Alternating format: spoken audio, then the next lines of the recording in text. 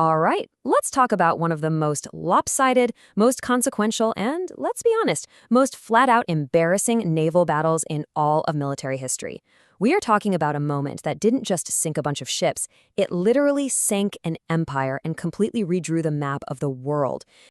And really, the whole epic story boils down to this one kind of ridiculous question. Just imagine it. You've got a competent admiral, a fleet of state-of-the-art battleships, and the full weight of a massive empire behind you. The only teensy, tiny problem? Your sailors are basically farmers who are just drafted and get seasick looking at a puddle. So yeah, let's get into it. So to really understand how this whole disaster went down, we gotta rewind the clock to the turn of the 20th century. This was peak European colonialism, right? And on one side of the ring, you've got this massive, established powerhouse, the Russian Empire. And on the other, a rapidly modernizing upstart that the world is about to seriously underestimate, Japan. I mean, the sheer difference in how these two saw themselves and each other, it's just stunning. Russia saw itself as the big dog, the natural ruler of pretty much everything. And Tsar Nicholas II, well, like most Europeans at the time, he was completely convinced of European superiority.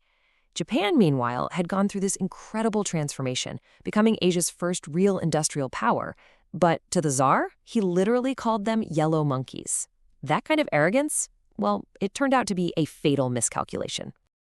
Okay, so the fuse for this whole powder keg was lit over a place called Port Arthur. It's this super strategic warm water port. Japan wins it, fair and square, in a war with China. But then Russia, flexing its muscles with its buddies Germany and France, basically bullies Japan into giving it back, only to swoop in and take it for themselves a few years later.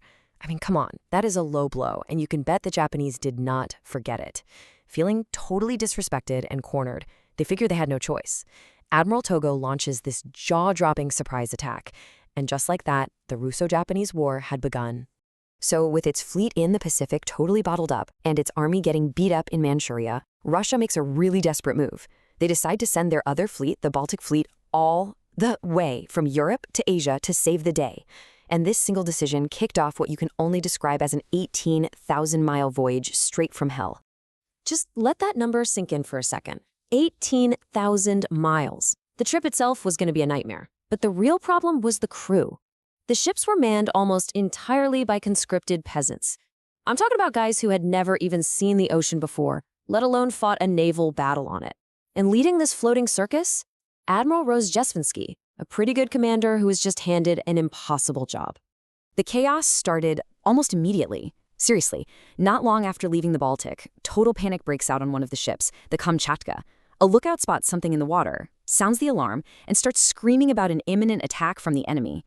Now, to really appreciate the state of mind of this crew, you have to understand where they were.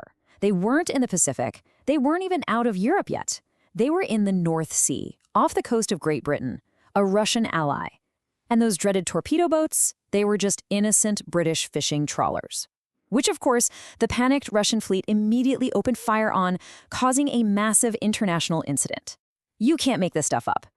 And it didn't stop there. Oh no, the entire 8-month voyage was just a spectacular comedy of errors. In the middle of the confusion of shooting at the fishing boats, they started firing on their own cruisers. Their little stunt got them banned from refueling at most neutral ports, so they had to take the long way around Africa. At one point, during target practice, they got so turned around, they almost sank the tugboat that was pulling the target. It was an absolute mess from start to finish. But here's the crazy thing. Against all odds, after 8 months of pure madness, they actually made it. Exhausted, demoralized, and totally unprepared, the Russian fleet was finally approaching Japan. And who was waiting for them? Admiral Togo, a man who was about to become a naval legend. The stage was set for an epic showdown. So Rozhesvansky, the Russian admiral, he's desperate to reach the friendly port of Vladivostok. He decides to take the shortest, most direct route, right through the Tsushima Strait, nestled between Korea and Japan. And this was exactly what Admiral Togo was counting on. He had laid the perfect trap, and the Russians were sailing right into it. As the two fleets finally see each other on May 27, 1905, Togo sends this legendary signal to his ships. Think of it like Japan's version of Nelson's famous England expects signal at the Battle of Trafalgar. For Japan, this wasn't just another battle. This was for all the marbles. The very survival of their nation was on the line. Now, Togo didn't just have a better trained crew and better ships. He had a brilliant classic plan. He was going to use an incredibly difficult tactic known as crossing the T. Okay, picture this. The enemy fleet is the long vertical part of a letter T.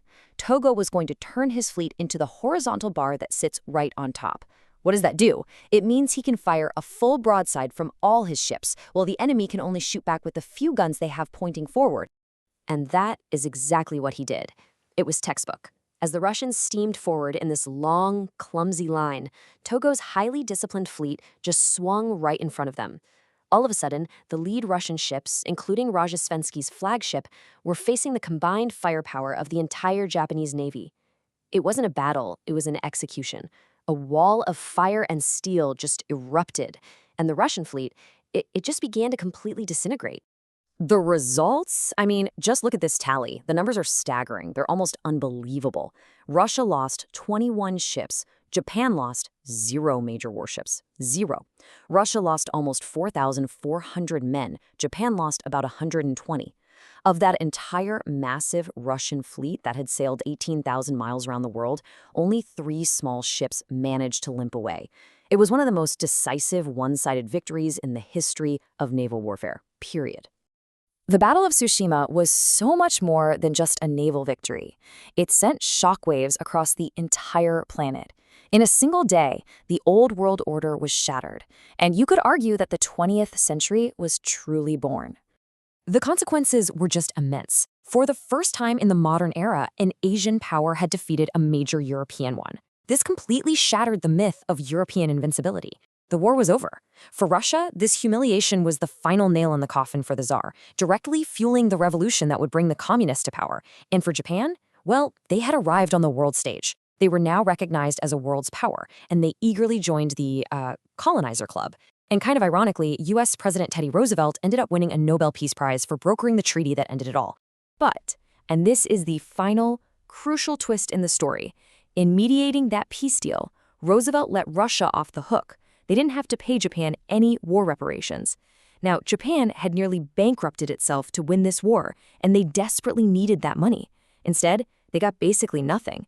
And all that anger and resentment was pointed squarely at the country they felt had cheated them out of their victory, the United States. This feeling of betrayal, it planted a deep, deep seed of animosity. A seed that would just grow and grow for decades, fed by military ambition and nationalism, until it finally bore its bitter fruit in another surprise attack on another naval fleet on a quiet Sunday morning about 40 years later.